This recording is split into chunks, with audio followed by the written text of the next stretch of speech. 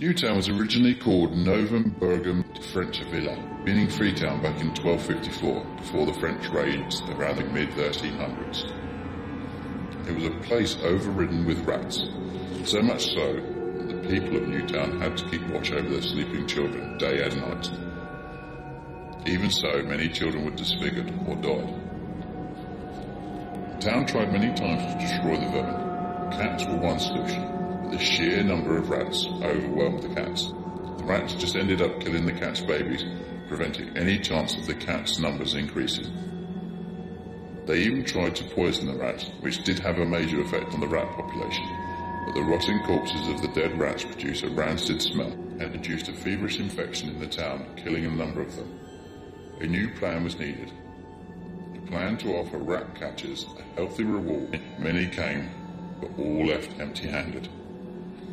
Then one day, a man arrived, dressed in bright clothing. He announced himself to the people of Newtown as the Pied Piper. "What will be my reward for removing the rats?" he said. They deliberated long and hard and settled on a price. The Pied Piper walked away, and doing so he pulled a flute from his pocket and began to play as he walked. To the amazement of the gathered crowd, rats started pouring from doorways and houses and followed him. Up Silver Street, down Grove Street, and to the harbour. The townsfolk followed in joyous celebration as he reached a small boat with built-up sides, preventing the rats from getting on. He hopped onto the boat, still playing, and then gently pushed the boat out as the rats leapt into the water to follow him. After a night on the boat, the tide had come back in, drowning the last of the rats that were stuck, and the Pied Piper rowed himself back to the waiting crowd in the harbour, but he was given less than a quarter of what was agreed.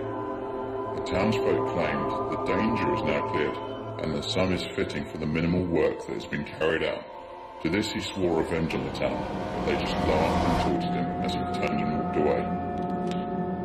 As he walked, he took his flute from his brightly coloured pocket again and started to play. The crowd laughed and mocked him even more, but soon stopped, as the town's children started to run from their houses, following the Pied Piper back up Gold Street, down Silver Street, and on to the forest. The townsfolk continued watching, thinking the children were also mocking the Pied Piper, as more and more children joined the procession. The Pied Piper continued to play as he disappeared into the woods, followed by the children. The parents waited for their children to return, but they never did.